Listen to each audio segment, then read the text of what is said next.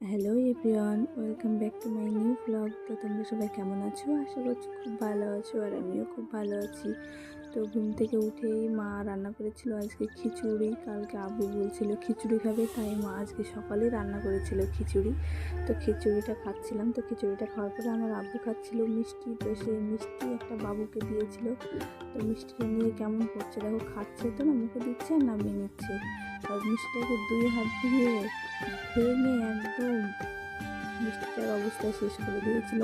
তো তারপরে এসেছিল আমার বোন। তো আমার বোন বাবুটার গালে একটু চুমু দিচ্ছিল আর বাবুকে রেগে যাচ্ছিল, একটু কামড়িয়ে ধরছিল, খুবই রেগে যাচ্ছিলো, তারপরে কান্না করতে লেগেছিল।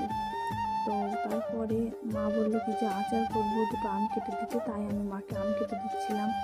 এই তো আমের সিজন এসেছে, এখন তো আচার না করলেই না। এখন আচার করবে, খেতেও বেশ ভালো লাগে এখন। তো আমি আমগুলো সব কেটে দিচ্ছিলাম। ছোটো ছোটো ছিল, মোটা মোটা ছিল, দুই রকমই ছিল আমগুলো। খুব টক টকও ছিল, আবার মিষ্টি মিষ্টিও ছিল। তো আমি মাকে আমগুলো এখন কেটে দিচ্ছি, তো তোমরা দেখতে থাকো। তো আমগুলো কাটার পরে এই যে এতগুলো আম হয়েছে, কত আম হয়েছে, এতগুলো আমের আচার করবে আমার মা। তো দেখো আমগুলো দেখতে লোভনীয় লাগছে না? তো তারপর আমি ভাবলাম আমিও দুটো আম খেয়ে নিই।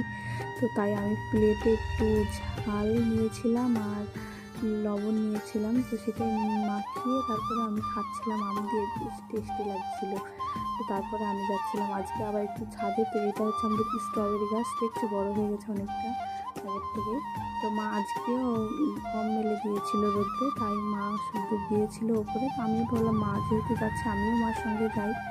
অনেক গম মেলা ছিল, তো মা একলা তো পারবে না, অনেক গম ছিল মেলা। তারপরে আবার মেঘ মেঘ করছিল, তখন যদি বৃষ্টি চলে আসে সমস্যা হয়ে যাবে। আর যে এই সাইডে মুসুরির ডালগুলো মা একটু ধুয়ে দিয়েছিল, আর এই যে সাইডে সেই আমগুলো, যে আমগুলো দুপুরে আমি কেটে দিয়েছিলাম মাকে আচার করার জন্য। তো আমগুলো একটু ধুয়ে আজকে রোদ দিয়েছে, তারপরে কালকে হবে আচার। আজকে আচার করেনি, আজকে রোদে দিয়েছিল। তো তারপরে আমি আর আমার মা গমগুলো গুছিয়ে নিচ্ছিলাম। মা এক সাইডে গুছাচ্ছিল আর আমি এক সাইডে গুছিয়ে নিচ্ছিলাম। বৃষ্টি চলে আসে, অনেক গম ভিজে গেলে তখন আবার অন্যরকম হয়ে যাবে। তো তারপরে আমার বোন এসেছিলো বিকেলে আবার। তো বাবুটাকে হাসাচ্ছিল, দেখো বাবুটাও হাসছিল।